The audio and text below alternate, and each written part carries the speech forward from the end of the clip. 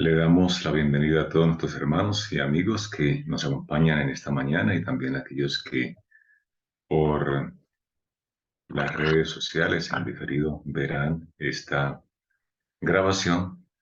Estamos en el tiempo en el cual nosotros como pueblo de Dios estamos preparándonos para el gran evento de la segunda venida de Cristo. Pero en este estudio que estamos haciendo del libro Primeros Escritos, estamos haciendo una recordación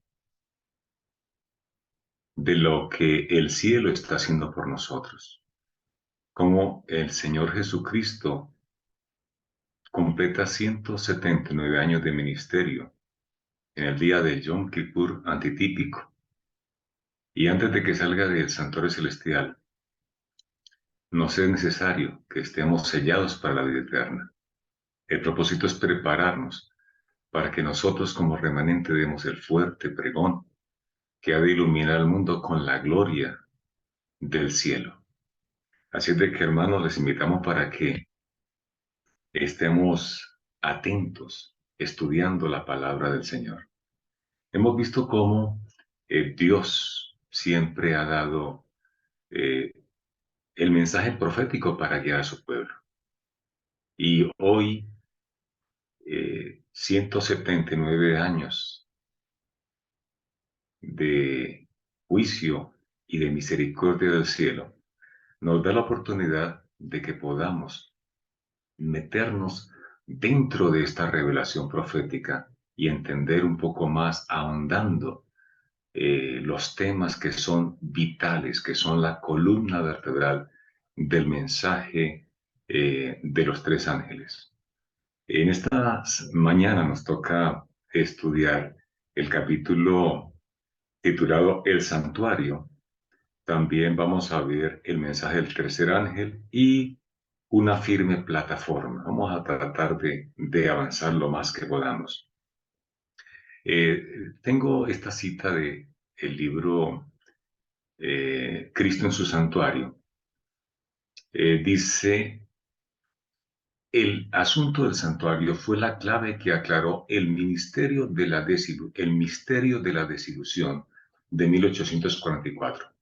Reveló todo un sistema de verdades que formaban un conjunto armonioso y demostraban que la mano de Dios había dirigido al movimiento adventista, y al poner de manifiesto la situación y la obra de su pueblo, le indicaba cuál era su deber de allí en adelante.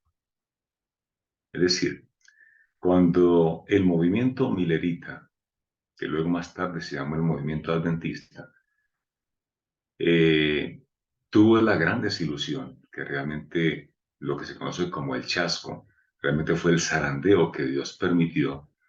Recordemos que fue también el cumplimiento de la parábola profética de Mateo 25, las vírgenes. Eh, el Señor permitió que hubiera ese zarandeo porque Él no quería en su cortejo insensatos. Y allí hubo una gran desilusión.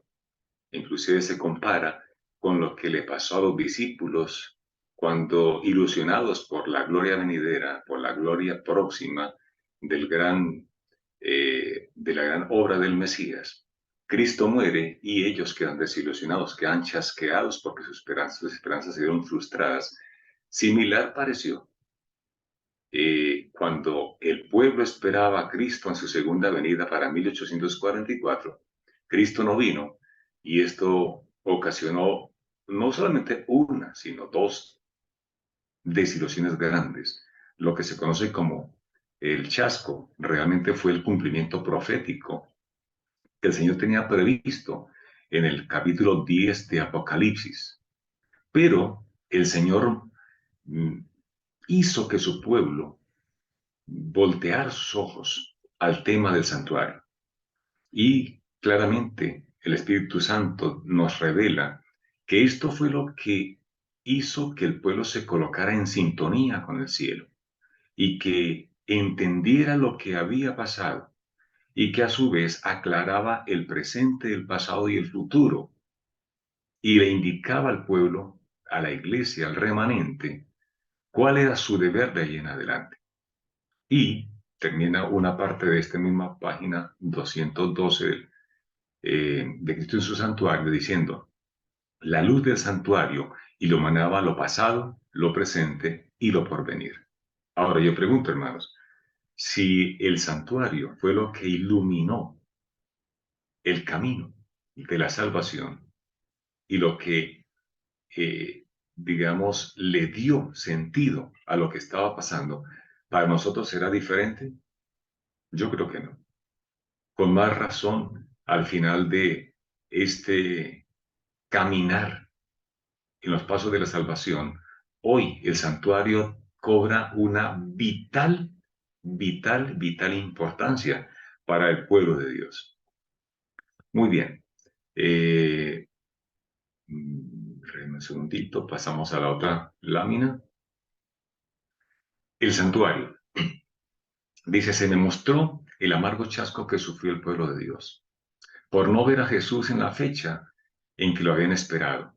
No sabían por qué el Salvador no había venido, pues no veían prueba alguna de que no hubiese terminado el tiempo profético. En este punto, la gente, incluyendo Miller y todos los colaboradores, se preguntaban por qué Cristo no vino. El tiempo es perfecto, el tiempo es exacto, no puede fallar. Inclusive aún los mismos detractores, los mismos que ridiculizaban el mensaje de la predicación del primer ángel encomendada a Guillermo Miller o William Miller, no tenían argumentos proféticos que pudieran decir la fecha no es correcta, está mal interpretada. Todo era perfecto, la armonía era indiscutible, pero había unos detalles que aquí se revelan. Dijo el ángel, ¿ha fallado la palabra de Dios? ¿Ha faltado Dios en cumplir sus promesas? No, ha cumplido cuanto prometió. Jesús se ha levantado a cerrar la puerta del lugar santo del santuario celestial y ha abierto una puerta en el lugar santísimo y ha entrado a purificar el santuario. Lo que ellos no entendían era que aunque los cómputos proféticos eran perfectos, era el evento lo que ellos habían mal interpretado, mal entendido. Cristo no iba a venir a la tierra. Cristo apenas entraba al lugar santísimo por primera vez a hacer expiación, a purificar al pueblo, a hacer el borramiento de los pecados. Miren lo que sucedía. Todos los que esperaban pacientemente comprenderán el misterio. Esto lo declara el ángel. Todos los que esperan pacientemente comprenderán el misterio. El hombre se ha equivocado, pero no ha habido fracaso por parte de Dios. Nosotros los seres humanos siempre tendemos a malinterpretar las cosas. Yo a veces digo, hermano, si es tan claro, si es tan diáfana la verdad de la palabra de Dios, ¿cómo es que nosotros no la entendemos? Bueno, el problema es que nos pasa lo mismo que a ellos. Dice, todo cuanto Dios prometió se ha cumplido. Pero el hombre creía equivocadamente, ahí está el detalle, el hombre creía equivocadamente que la tierra era el santuario, que debía ser purificado al fin de los periodos proféticos. Lo que ha fracasado fue la expectación del hombre, no la promesa de Dios. ¿Por qué razón? ¿Por qué razón había este concepto? Lo mismo ocurre hoy. Hoy las iglesias y muchas veces dentro de nuestra iglesia hay unos preconceptos. Alguien entendió de una manera, lo predicó y de ahí en adelante seguimos predicando lo mismo, creyendo lo mismo. Y a ellos les pasó lo mismo. Ellos creían que de alguna manera la tierra, alguna parte de ella, era el santuario que debía ser purificado. Y dijeron, oh, si tiene que ser purificado, obviamente es con el fuego. Y con el fuego, ¿cuándo será? Ellos creían en la segunda venida de Cristo, que el Señor venía a purificar la tierra con el fuego. No habían analizado los tiempos proféticos a profundidad, ni tampoco habían entendido que el fuego es la cuarta fase del juicio, cuando el Señor ejecutará el juicio final y entonces raerá por completo el pecado y los pecadores. Eso lo entendieron después. Y nosotros hoy decimos, oh, tan fácil de entenderlo. Pero nosotros lo entendemos fácil porque ellos ya lo entendieron y nos lo dejaron como legado. Pero si estuviéramos en la misma situación, posiblemente estaríamos en las mismas circunstancias que ellos. Jesús envió sus ángeles a dirigir la atención de los desalentados hacia el lugar santísimo, a donde él había ido para purificar el santuario y hacer expiación especial por Israel. Jesús dijo a los ángeles que todos cuanto allá lo hallaran comprenderían la obra que iba a efectuar. Jesús le dijo a los ángeles que quienes lo hallaran, ¿qué debían hallar para poder entender la obra que él iba a efectuar? Obviamente viene hablando de el santuario, del lugar santísimo. ¿Dónde entendemos la obra que Jesús está haciendo? Yo a veces comparto con algunos hermanos de corrientes evangélicas, les comparto la obra que Cristo está realizando y pareciera como si no estuviera hablando en otro idioma, ¿no? Pero obviamente es comprensible porque ellos no han tenido la formación que nosotros como iglesia, como pueblo de Dios hemos tenido respecto a la obra del santuario. Al igual que en tiempos pasados, y en los tiempos de los pioneros, eh, nuestros hermanos evangélicos creen que todo terminó cuando Cristo murió en la cruz del Calvario, se acabó el santuario, se acabó todo. Pero cuando uno analiza a profundidad, encontramos que en Hebreos, por ejemplo, del 8:5, 7, perdón, 9:11, el versículo 12:24, el apóstol Pablo habla del ministerio de Cristo en el verdadero santuario templo del cielo, ¿cierto? En Apocalipsis 11:19, Juan lo vio. Es más, Juan identifica desde el comienzo en Apocalipsis los muebles del lugar santo. Y también lo encontramos en el capítulo 14 de Apocalipsis, versículo 17, en el 15:5 y en el 16:17, para que tengamos una referencia. Ahí está evidenciado que el templo santuario del cielo fue abierto y el ministerio de Cristo se inició cuando Él subió al cielo. Y nosotros sí lo entendemos fácil, pero no fue fácil para nuestros hermanos pioneros entender y dejar por escrito. Además tenemos, como dice el apóstol Pedro, la palabra profética aún más segura, la cual hacemos bien en estar atentos como una antorcha que alumbra en el lugar oscuro hasta que el día esclarezca y el lucero, Cristo Jesús, de la mañana salga en nuestros corazones. Es lo que ilumina todo nuestro ser. Dice el libro, La inspiración divina, deja registrado que a la profeta Elena de White, que fue transportada en visión, se le mostró lo que había ocurrido en el cielo al terminar en 1844 los periodos proféticos, cuando Jesús concluyó su ministerio en el lugar santo. Mire cómo a veces las doctrinas erróneas tienen un poder extraordinariamente terrible.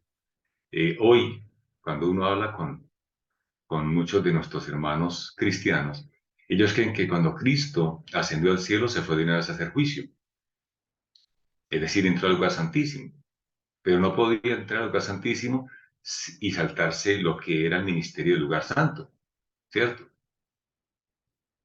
Entonces, cuando Cristo concluye su obra en el lugar santo, ¿cuántos años duró el ministerio de Cristo en el lugar santo?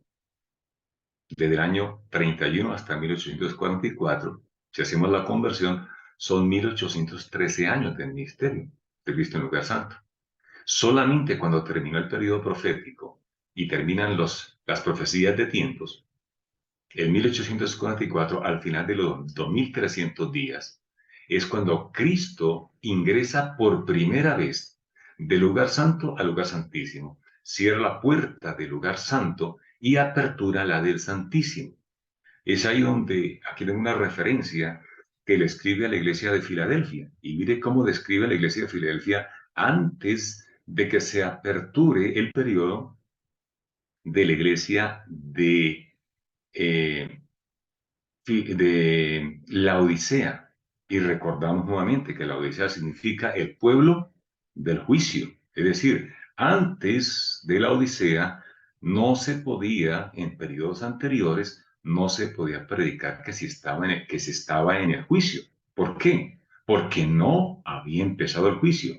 Pero al cierre de la iglesia de la Odisea, para cerrar la sexta iglesia y apertura la séptima iglesia, es que comienza a predicarse la proximidad y la inminencia de este juicio.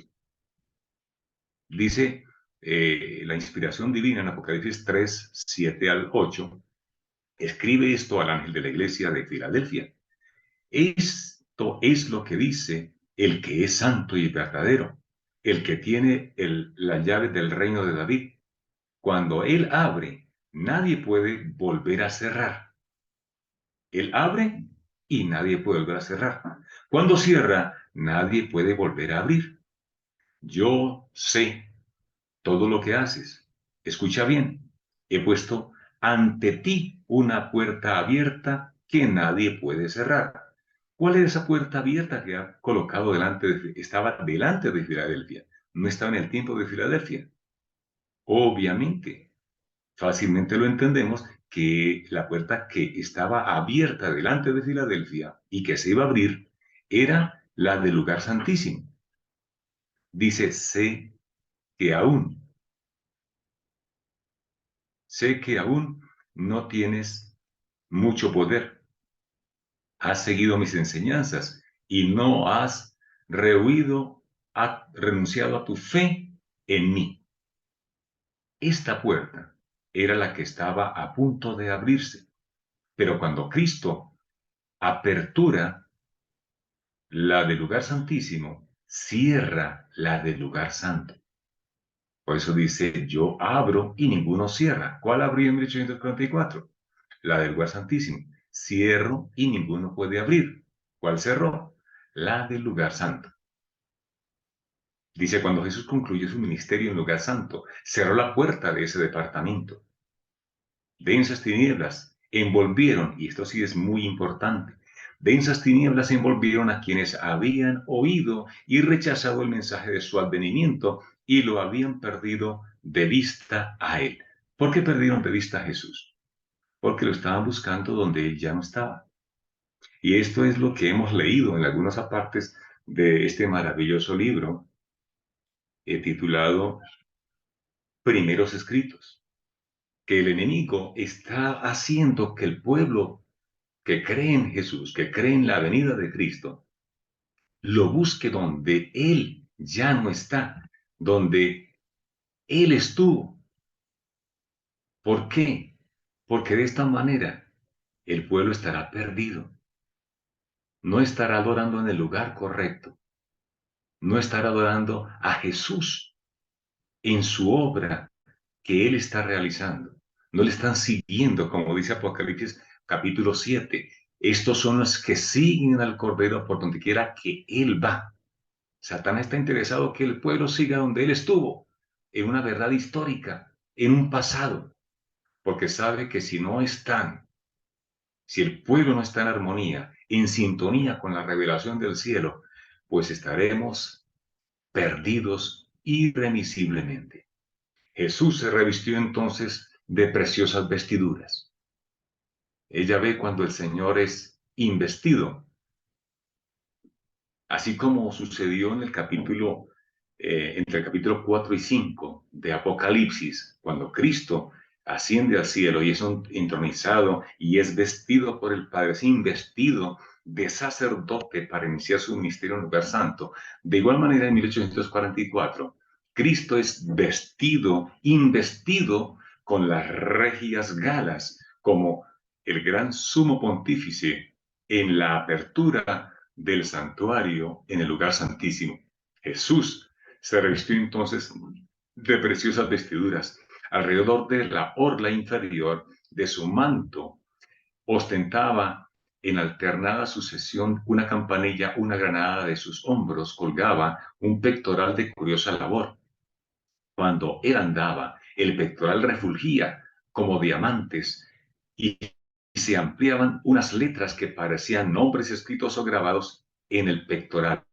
De hecho, si nosotros entendemos lo que sucedía en el santuario terrenal, allí estaban escritos los nombres de las tribus. Ahora en el ministerio de Cristo en el cielo están siendo grabados los nombres y los caracteres nuestros, como los ciudadanos de la santa ciudad, la Nueva Jerusalén.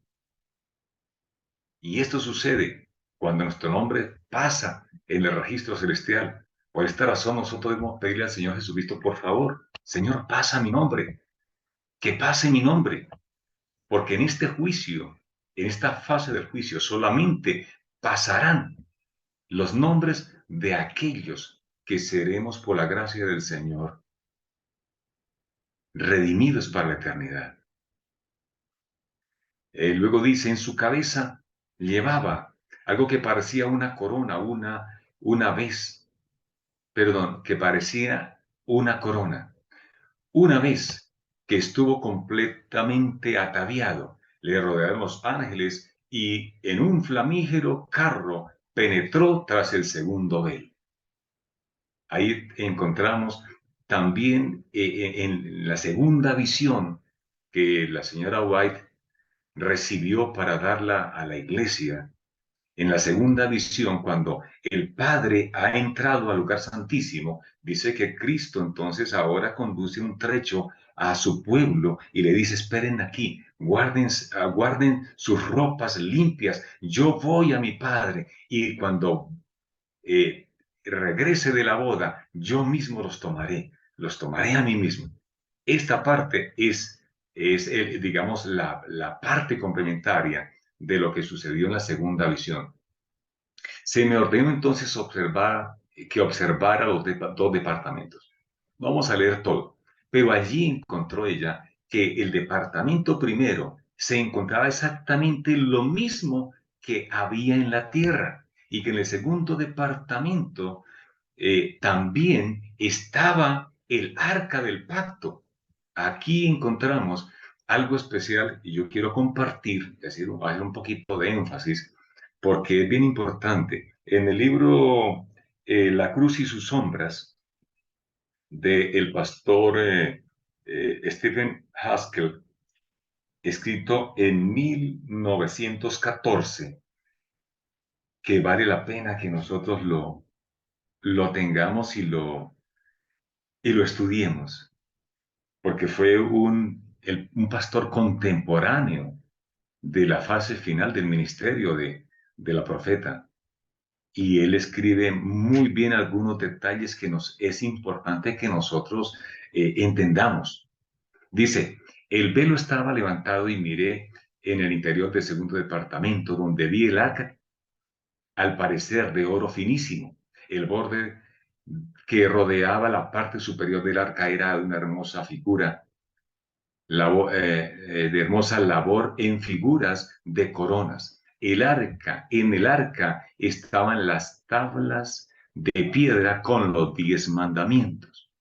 Hemos entendido y hemos estudiado algunas veces que en el arca había tres cosas: las tablas de piedra, la vara de Aarón y una vasija con el maná. Pero cuando estuve estudiando esta parte, encontré que el pastor Haskell hace una referencia y una diferenciación. Y cuando estuve leyendo esta parte de la inspiración divina en la visión, la señora White no describe que viera esos tres elementos dentro del arca. Dice que estaba solamente las tablas de piedra. Y yo quiero compartir esta parte, si de pronto alguien quiere ahondarla, está en La Cruz y su sombra, en la página 24. En el arca ninguna cosa había sino las dos tablas de piedra. Y hace referencia al primero de Reyes 8:9. Y dice lo siguiente, en el arca no había cosa alguna, sino las dos tablas de piedra que allí había puesto Moisés en Horeb, donde Jehová hizo el pacto con los hijos de Israel cuando salieron de la tierra de Egipto. Ahora dice, según el registro divino, la vasija de maná estaba delante de Jehová. Está en la referencia del texto Éxodo 16, 33 y 34, que dice lo siguiente, a Aarón dijo Moisés, toma una vasija, pon en ella un gomer de maná y colócalo delante de Jehová. No estaba dentro del arca, a fin de que sea guardado para vuestros descendientes. Aarón lo puso delante del testimonio. ¿Qué era el testimonio? Ah, las tablas del testimonio. El nombre del arca era el arca del testimonio. No estaba dentro, sino estaba frente del testimonio, es decir, frente del arca. Dice, Aarón lo puso delante del testimonio para guardarlo tal como Jehová lo mandó a Moisés. Ahora sigue diciendo, y la vara de Aarón que floreció estaba delante del testimonio. Número 17:10. Y dice el texto bíblico, y Jehová dijo a Moisés, vuelve a colocar la vara de Aarón delante del testimonio para que se guarde como señal para los hijos rebeldes. ¿Dónde estaba? Delante del testimonio, no estaba dentro del testimonio. Así hará cesar sus quejas delante de mí para que no mueran. Y finalmente termina diciendo, Pablo, al enumerar todos los contenidos del lugar santísimo en el orden en que lo hace, conduce a algunos a suponer que en algún momento la vasija de maná y la vara de Aarón fueron colocadas dentro del arca, pero el arca fue hecha con un solo propósito, para poner la santa ley de Dios, según lo dice Deuteronomio 10:1 y 2, que a la letra dice, en aquel tiempo, Jehová me dijo, lábrate dos tablas de piedra como las primeras y sube hasta mí al monte. Hazte también un arca de madera. Yo escribiré esas dos tablas, en esas tablas las palabras que estaban escritas en las primeras y tú las pondrás en el arca. Es decir, cuando la señora White describe lo que ella vio en el lugar santísimo, ella no describe que estaba dentro del arca los tres elementos que se mencionan, porque la única razón por la cual se hizo ese cofre especial, el arca del testimonio, era para colocar allí los 10 santos preceptos. Y ella describe cómo ella vio en este lugar los dos querubines. Ya no eran hechos en oro, sino eran querubines literales, reales, y como en la misma forma que estaban en la tierra, tocando sus alas en arco por encima de la cabeza de Jesús, mientras que Jesús hacía la intercesión y la expiación por su pueblo. Cuando las oraciones, describe ya que cuando las oraciones de la tierra, y está la figura, eran elevadas con fe, con sinceridad, con contrición de corazón, al trono de la gracia, que se encuentra ahora diferente al trono de la gracia en el tiempo de Pablo. Pablo encontraba el trono de la gracia en el lugar santo, o el pueblo de la Edad Media, el pueblo de Israel del lugar santo, estaba en el lugar santo, el trono de la gracia. Ahora para nosotros, en la nueva dispensación, en el nuevo ministerio, ese trono de la gracia está en el lugar santísimo. Dice que de allí se elevaba un incienso con un color especial, unos colores deslumbrantes, y que del Padre derramaba una luz especial transmitida a Jesús, y que el Señor Jesús la derramaba a su pueblo, que con fe seguía su obra y su ministerio. También se demostró en la tierra el mismo santuario, y ella describe que ambos eran iguales, no tenían ninguna diferenciación. La única diferencia era que el de la tierra era un símbolo, era una miniatura, una maqueta, pero que todo lo que se hacía en la tierra tenía una connotación específica y especial con la del cielo. Y también dice que el sacerdote en la tierra oficiaba todos los días en el lugar santo y que una sola vez entraba al lugar santísimo, pero que Jesús oficiaba en ambos lugares al mismo tiempo en el ministerio que él está desarrollando. Dice, la sabiduría de Dios nos dio los pormenores de esta obra para que, considerándolos, comprendiésemos la obra de Jesús en el santuario celestial.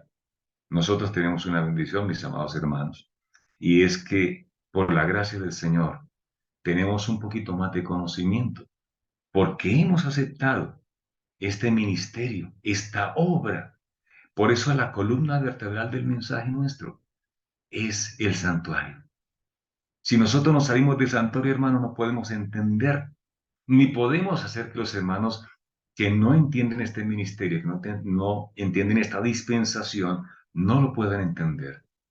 El paso a paso, toda la obra que Cristo realiza, la podemos entender y explicar, así como ellos, los pioneros en 1844, pudieron entender lo que había pasado en el santuario. Nosotros también podemos entender la obra y nuestra responsabilidad para este tiempo en el santuario.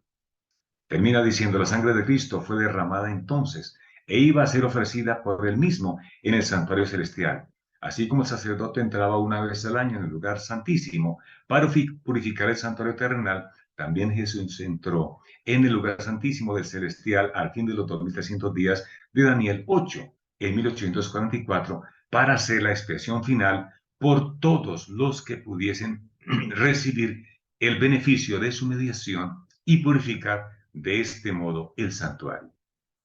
Si nosotros no seguimos, no entendemos, no aceptamos esta obra, no podremos recibir entonces los beneficios presentes que allí el cielo ofrece. Recordemos, amados, que hoy la salvación se ofrece desde el lugar santísimo y se ofrece a aquel que está atento y sigue al Cordero donde quiera estar. El Padre ofrece la salvación desde el lugar santísimo, pero el enemigo no quiere que nosotros entendamos esto. Pero nosotros que tenemos esta luz, debemos ir a aquellos que de buena fe están adorando en el lugar equivocado y mostrarles desde dónde hoy el Padre y el Hijo ofrecen la salvación eterna, porque es la última fase de la redención y el último ofrecimiento que hace el cielo. Muy bien, ahora entramos al mensaje del tercer ángel.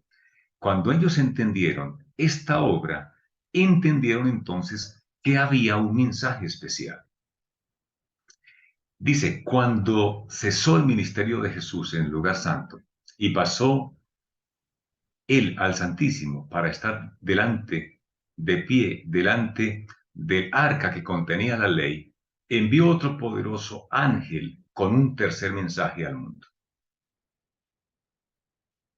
Ellos pensaron en 1844 que se había acabado la gracia, que no había más oportunidad. Es por esta razón, es algo curioso, que cuando el Señor empezó a iluminar al movimiento. No utilizó primero a Helen White. Hubo dos hombres, y ahorita de pronto los vamos a repasar rápidamente. Dos hombres, William Foy y Hassan Fox, quienes recibieron el mensaje, y lo vamos a unir de una vez con el tema que sigue, que es la triple plataforma.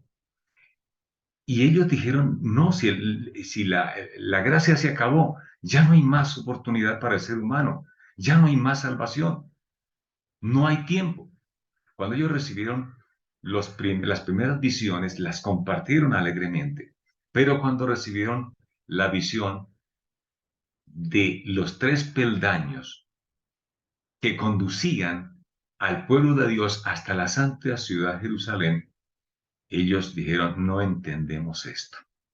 Y renunciaron al mensaje profético. Y por no haber dado el mensaje que Dios enviaba a su pueblo, fueron desechados. Y el ministerio que ellos habían sido llamados a desarrollar fue dado a la más débil de todos, a la joven Helen White.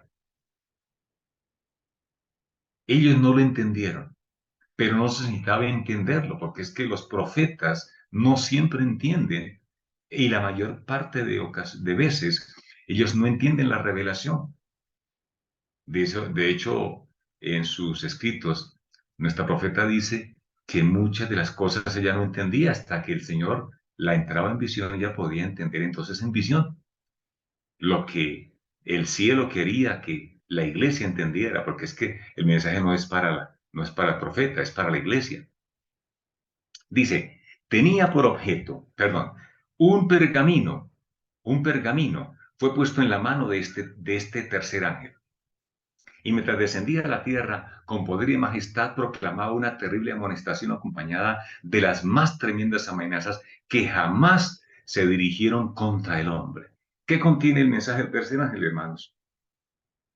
Yo no entiendo por qué muchas veces dentro de la iglesia se le tiene miedo al mensaje. Inclusive muchos dicen, no se predique eso porque eso es terrorismo, eso da miedo, eso da angustia. Pero aquí el cielo está declarando que el mensaje del tercer ángel dice que tiene las más terribles amonestaciones, acompañadas con las más tremendas amenazas que jamás se dirigieron contra el hombre. Pero aquí está lo hermoso. Dice, tiene por objeto aquel mensaje poner en guardia a los hijos de Dios. Este mensaje debemos conocerlo, es urgente, porque es lo que los coloca en guardia. Y dice, y revelándoles la hora de tentación y angustia que los aguarda. ¿Y por qué? Y lo que dice el ángel, tendrán que combatir tesoneramente contra la bestia y su imagen. ¿Qué dice el tercer mensaje, el tercer ángel? Apocalipsis 14:9. Si alguno rinde homenaje a la bestia o a su imagen, ¿qué nos hace este mensaje? ¿Qué nos da este mensaje? Nos coloca en sintonía, porque nos revela la hora de tentación. Satanás va a tratar de engañar, no al mundo que está engañado, sino al pueblo de Dios. Y la angustia que viene, porque tenemos que combatir tesoneramente. ¿Hemos entendido lo que significan estas palabras, hermanos? ¿Qué es combatir tesoneramente? Es una guerra de vida o muerte eterna contra la bestia y contra su imagen. Y nosotros somos los que estamos encargados, comisionados por el cielo, amados hermanos, para decirle a la gente y mostrarles el peligro que corren en obedecer al sistema de la bestia o la imagen que ha sido tan sagazmente camuflada por el enemigo. Pero que gracias al Señor estamos entendiendo qué es la imagen de la bestia. ¿Dónde está esa imagen? ¿Y cómo está obrando? El problema es que la mayoría estamos mirando para un lado. Pero el Señor ya está revelando y ha revelado a sus hijos, a sus siervos. Y amados, nosotros que hemos entendido esto un poco más, debemos con amor, con paciencia, pero con urgencia, compartir esta verdad con la iglesia para que la iglesia sea iluminada y la iglesia debe iluminar con este conocimiento y con esta vivencia al mundo antes que sea eternamente demasiado tarde. Ahora dice, su única esperanza de vida eterna consiste en permanecer firme.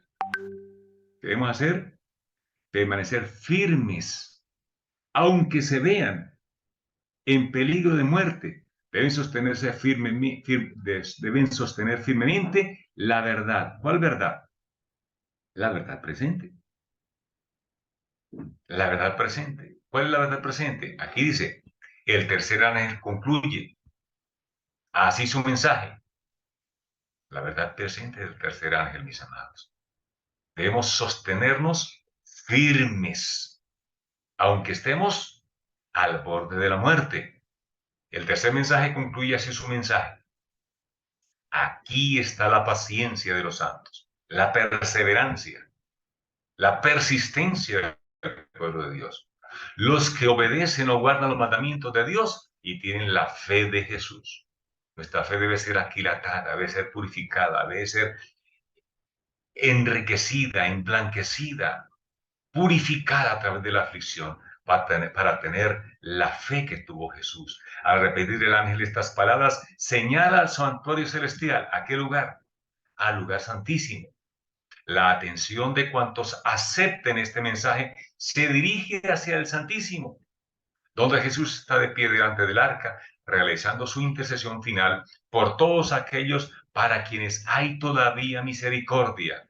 Ahora va a decir para quienes la última misericordia y por los que hayan violado ignorantemente la ley de Dios. Esta experiencia es hecha esta expiación es hecha tanto para los justos muertos como para los vivos. Incluye la expiación para quienes, para los que hayan aceptado a Jesús como su Señor y Salvador, hayan aceptado sus méritos en favor suyo, tanto los que han muerto creyendo y esperando a Cristo, como los vivos que estemos en esta actitud, pero también incluye aquellos que murieron confiando en Cristo, pero que no recibieron y no conocieron la verdad de los mandamientos de Dios y que hubiesen pecado ignorantemente al transgredir sus preceptos. Es maravillosa la obra misericordiosa y bondadosa del Señor. Y todavía hay misericordia en el tiempo del fin. Se acaba primero la misericordia y la gracia para el pueblo de Dios, pero entrarán en la parte final de la hora undécima aquellos hermanos, y lo podemos constatar con el libro de eventos de los últimos días, aquellos que no han rechazado la verdad, porque no se les ha presentado en su plenitud esta verdad. Aquellos hermanos evangélicos, aquellos hermanos de diferentes congregaciones, que todavía no han entendido, no han comprendido, porque no se les ha dicho la verdad en su plenitud de la vigencia de los mandamientos, de la obra que Cristo cumple en el lugar santísimo, de la obra que está haciendo de expiación. Amados, cuando ellos escuchen esta verdad de parte nuestra, de parte del remanente de Dios, muchos aceptarán gustosamente esta verdad y saldrán, y se cumplirá lo que dice Apocalipsis 18, saldrán de Babilonia, el pueblo de Dios, para que no participen de los pecados y reciban las plagas que vienen por consecuencia de violar los santos preceptos, la santa ley de Dios. Pero, amados, nosotros tenemos esta gran responsabilidad. Vamos a pasar a la parte de Guillermo Miller. Dice que el Señor llamó la atención. Y el resto lo podemos ir leyendo en el transcurso del día. Guillermo Miller fue un pionero. El Señor le dio a Guillermo Miller el inicio de esta cadena, de estos eslabones, de esta hermosa obra que el cielo reveló. Dice, mi atención fue entonces dirigida a Guillermo Miller. Parecía perplejo, postrado por la ansiedad y la angustia que sentía por su pueblo. Yo pensaba en Guillermo Miller como cuando estaba Moisés dirigiendo al pueblo de Israel.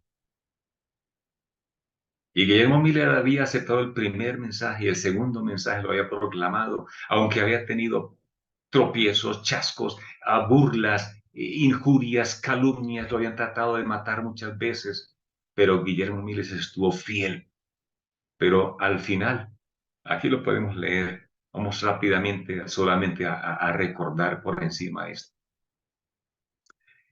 cómo el enemigo usó a aquellos que lo habían acompañado en su ministerio para que no recibiera el mensaje del tercer ángel. Y ya en el ocaso de su vida, después de haber pasado los chascos y demás, él sentía como una responsabilidad moral con aquellos que lo habían acompañado, pero que Satanás utilizó para que no recibieran el mensaje del tercer ángel. Y ese compromiso lo llevó a que en su corazón él creía en este mensaje, pero como que él sentía que como los otros no habían aceptado el mensaje del tercer ángel, entonces no podía como distanciarse de ellos. Pero lo maravilloso es que el Señor que conocía el corazón, así como conoce el corazón de aquellos que murieron sin conocer los mandamientos de Dios, pero que su amor por Jesús y por la salvación y por la segunda venida era de tal manera tan especial que el Señor les va a dar la salvación aunque no hayan obedecido los mandamientos tal como deben ser. Guillermo Miller también fue favorecido por el cielo. Y encontramos en la parte final del capítulo titulado El mensaje del tercer ángel, encontramos una obra especial que el Señor hizo por Guillermo Miller. Dice, si Guillermo Miller hubiese podido ver la luz del tercer ángel, había quedado explicadas para él muchas de las cosas que le parecieron obscuras y misteriosas. Pero sus hermanos le profesaron tanto interés y amor tan profundo que a él le pareció que no podía apartarse de ellos. Su corazón se inclinaba hacia la verdad. O sea, él en su corazón, en su mente sabía que esa era la verdad. Y luego miraba a sus hermanos y esto se le oponía. Podía separarse de aquellos que habían estado a su lado mientras proclamaba la venida de Jesús. Consideró que de ninguna manera querría extraviarlos a ellos. Dios permitió que cayese Dios permitió que cayese bajo el poder de Satanás, o sea, el dominio de la muerte, y lo ocultó en la tumba para regresarle de aquellos, para resguardarle de aquellos que procuraban constantemente apartarlo de la verdad. Moisés erró cuando estaba por entrar en la tierra prometida. Así también vi que Guillermo Miller erró cuando estaba por entrar en la Canaán celestial, al permitir que su influencia se opusiese a la verdad. Otros le indujeron a esto. Otros tendrán que dar cuenta de ello. Pero, mira la parte hermosa, pero los ángeles veían pero los ángeles veían sobre el precioso polvo de este siervo de Dios y resucitará cuando se toque la última trompeta. Guillermo Miller perdió la oportunidad de estar en la resurrección especial, pero como hemos estudiado y hemos visto en la palabra de Dios, la trompeta final se tocará para la resurrección general. Solo aquellos que hayan aceptado el mensaje del tercer ángel, si morimos antes de que Cristo venga, resucitaremos en la resurrección especial. Guillermo Miller estará en la resurrección de los justos, en la general, más no en la especial. Pero los ángeles del cielo vigilan esta tumba, para que cuando el Señor venga por segunda vez y toque la trompeta en la resurrección general, este siervo de Dios se levante con Daniel y con todos los demás santos que descansan antes de 1844 para recibir la corona incorruptible de la vida eterna. Y finalmente el Señor conduce a su pueblo a una firme plataforma. Y creo que el tiempo se nos agotó, pero vamos a resumir esta parte de la firme plataforma.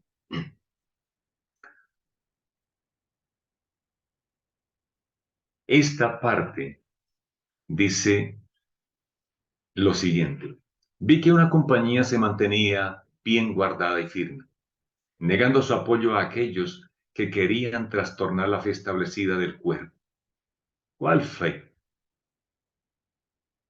Obviamente la fe en el mensaje de los tres ángeles. Y especialmente el mensaje del tercer ángel, porque cuando eh, inicia su ministerio en forma, el estilo profético, Ellen White, ya se estaba predicando la fe del mensaje del tercer ángel. Dios miraba con aprobación esa compañía. ¿Por qué? Porque tiene una fe bien establecida. Me fueron mostrados tres eslabones, tres escalones. Los mensajes del primero, del segundo y del tercer ángel. Dijo mi ángel acompañante, ay de aquel que mueva un solo bloque o una clavija de estos mensajes. La verdadera comprensión de esos mensajes es de importancia vital. Muchos dicen, ¿y para qué necesito comprender los mensajes? Aquí está la respuesta. La verdadera comprensión es un mensaje de vida o de muerte. Si dice es vital es porque es de vida, ¿cierto? El destino de las almas depende de la manera en que son recibidos. Si yo entiendo un mensaje a plenitud, lo recibo. Si no lo entiendo, ¿qué hago? Lo rechazo. Y si lo rechazo, pues estoy perdido porque no puedo recibir la salvación a menos que entienda a cabalidad este mensaje. El destino de las almas depende de la manera en que son recibidos. Nuevamente se me hizo recorrer esos mensajes y vi a cuán alto precio había sido obtenida la experiencia del pueblo de Dios. Amados, estos mensajes, el mensaje de los tres ángeles de Apocalipsis 14, no es una invención del movimiento milerita, ni es una invención de la iglesia adventista. Es un mensaje profético de Dios. Este mensaje, en el capítulo 14 de Apocalipsis, recibe un nombre especial, un título especial. Lo llama el Evangelio Eterno. Y el Evangelio Eterno se llama así porque el que lo reciba o el que lo rechace tendrá un destino eterno. El que lo entienda y el que lo viva tendrá un destino eterno. El que lo rechace porque no lo entiende o porque no le interesa, tendrá un destino eterno. Por esto este es un mensaje de vida o de muerte eterna. Y aquí habla de la experiencia que el pueblo de Israel tuvo y compara cómo el Señor utilizó a Juan para que preparara el camino para la primera venida de Cristo. Y hubo algunos que rechazaron, la mayoría, el pueblo judío rechazó el mensaje de Juan. Y esto imposibilitó para recibir las enseñanzas que Cristo Jesús impartió para salvación y vida eterna.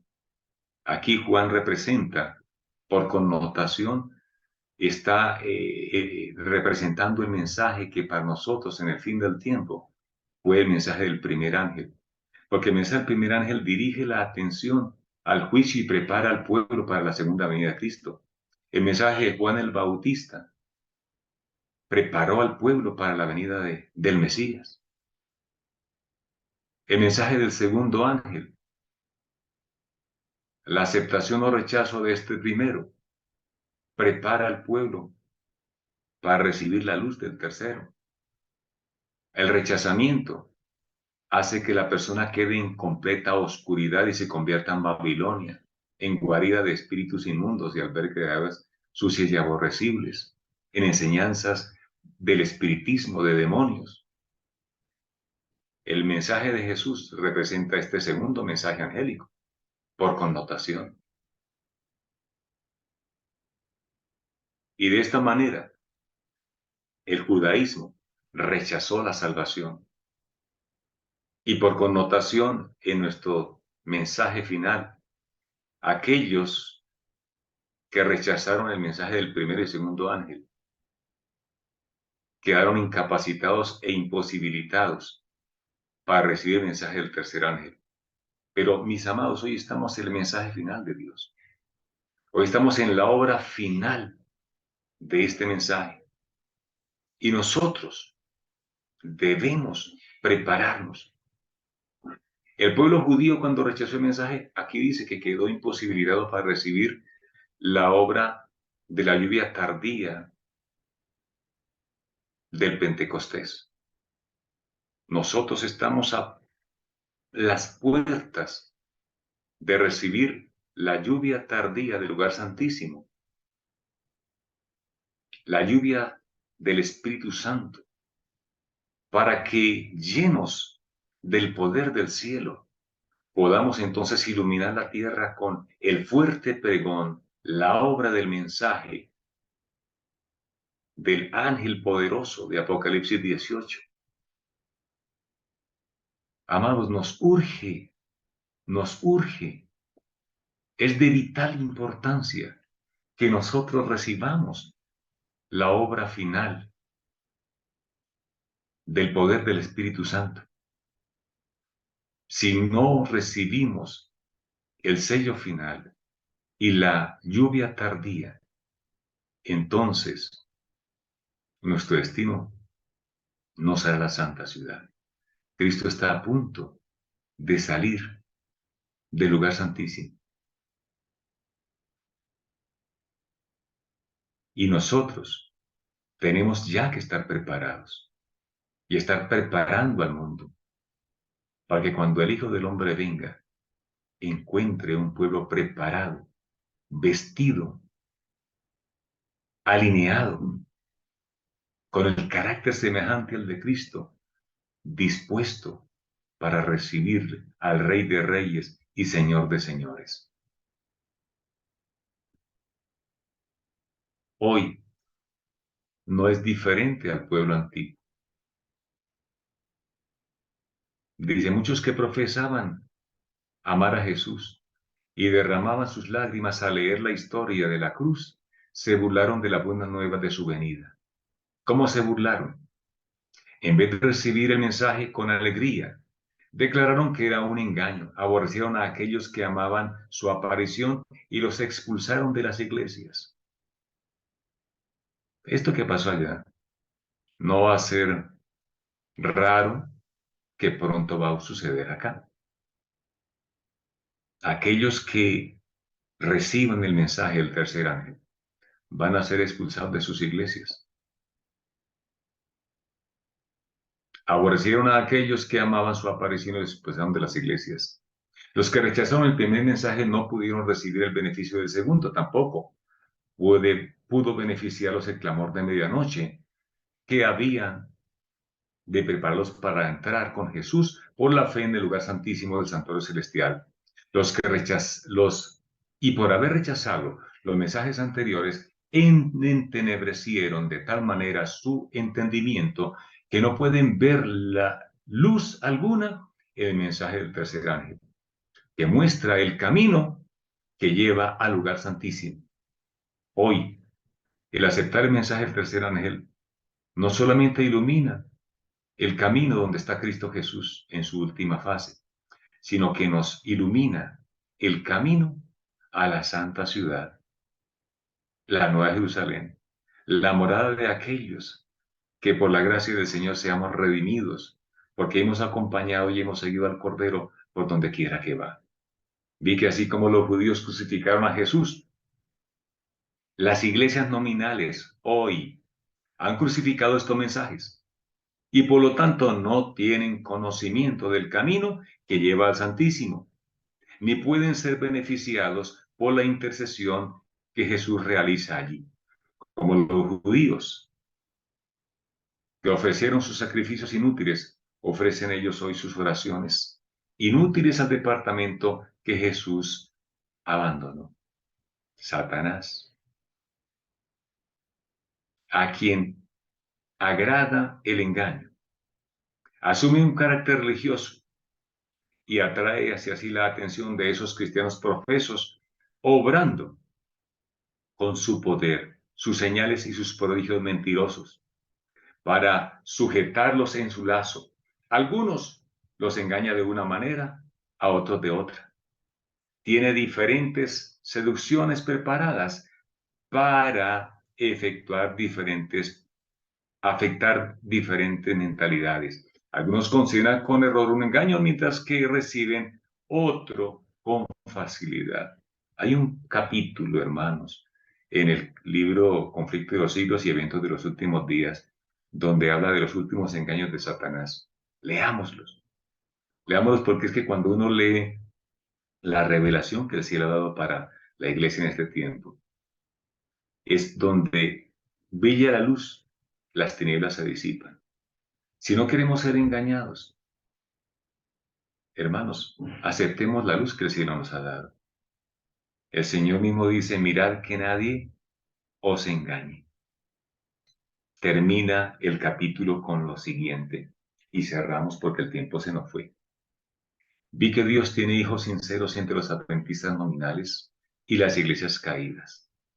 O sea, hoy en la iglesia adventista esperamos que nosotros no seamos de los nominales, los de nombre, sino que seamos de los vivenciales, de los que tenemos la experiencia con Jesús, de los que claman por luz para entenderla, vivirla y compartirla.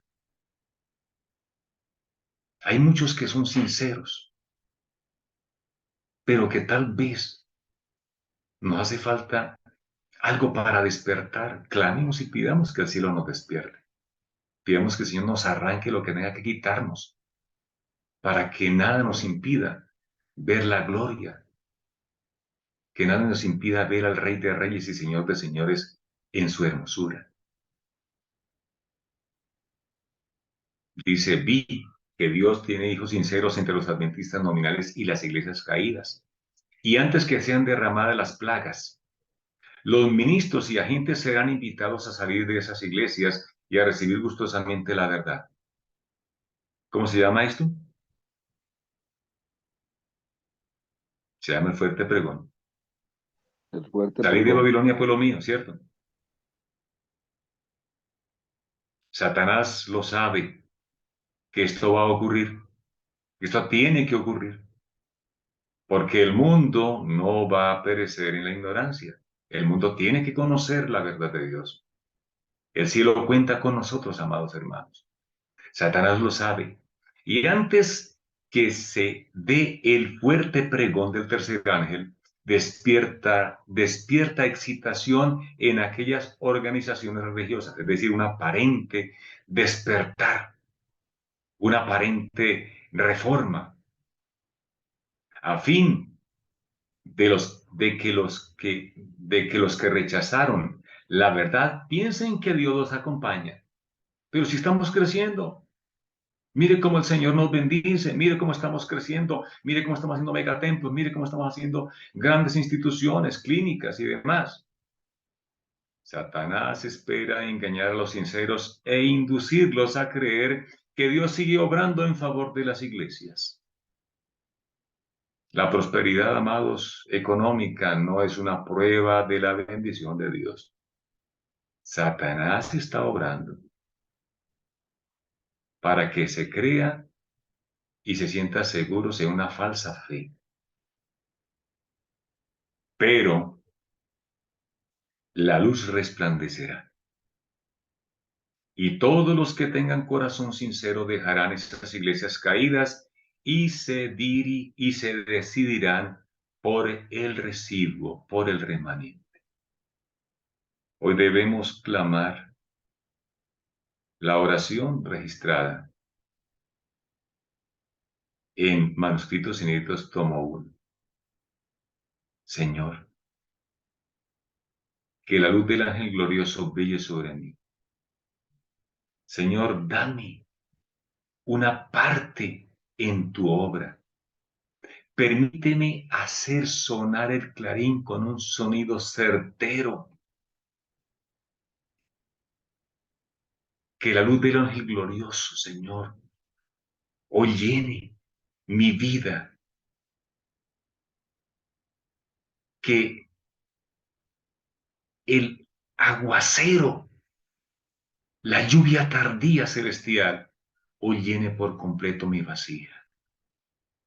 Amados, mantengámonos dispuestos, preparados y con la vasija boca arriba mirando a Cristo, hacia el ministerio que Él cumple y la obra que está por terminar. Vivamos de tal manera que el cielo se abra para ti hoy y que tu vida sea una vida, un ministerio para aquellos que necesitan de la salvación urgente antes que se cierre la gracia. Vamos a orar.